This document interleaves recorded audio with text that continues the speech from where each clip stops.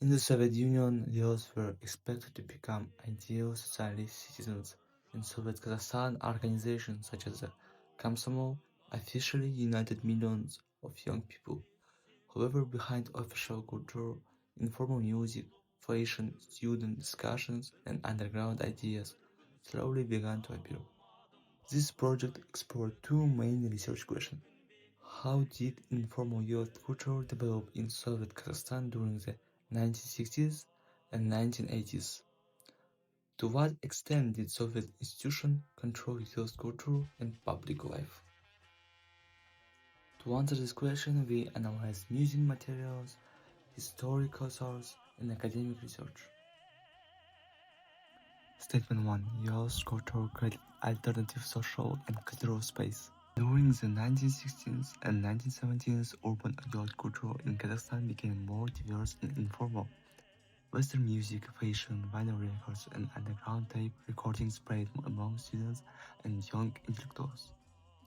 Although officially promoted culture remained Soviet in charter, many young people searched for a new form of self-expression.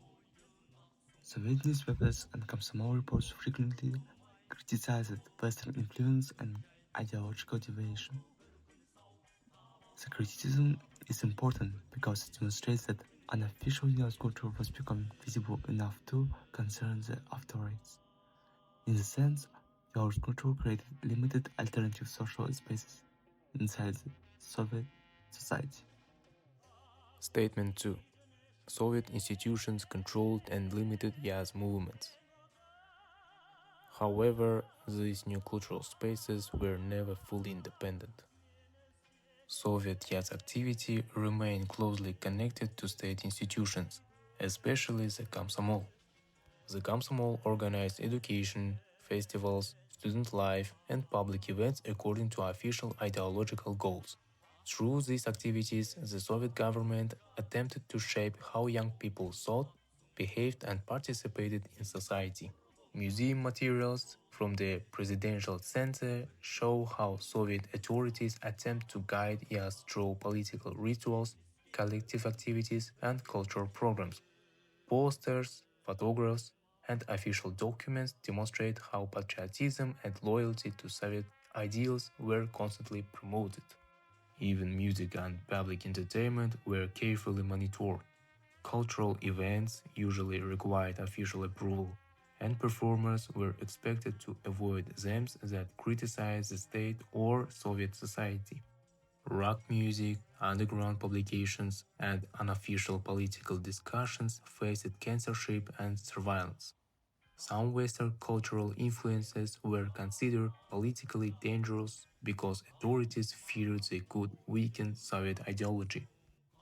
As a result, youth culture developed inside strict institutional boundaries rather than outside them. Also, young people created alternative cultural spaces and new forms of expressions. These new spaces still remained limited by state control and censorship. Statement 3. Informal youth culture slowly changes public consciousness. By the 1980s, informal youth culture contributed to broader social changes. Young people increasingly questioned official narratives and searched for cultural and national identity beyond Soviet ideology. These tensions became especially visible during the December 1986 Желтоқсан events in Almaty. Although the protests were suppressed, they relieved growing dissatisfaction among young people in Soviet Kazakhstan. Youth movements didn't create a fully free public sphere, but they helped normalize independent thinking and cultural autonomy. In conclusion, youth movements in Soviet Kazakhstan partially created alternative cultural spaces and values. Informal music, youth communication, and underground culture practices allowed young people to express identities beyond official Soviet norms. However, these movements remained limited by censorship, ideological control, and Soviet institutions. Therefore, youth culture in Kazakhstan during the 1960s-1980s was both adaptive and constrained, alternative but never fully autonomous.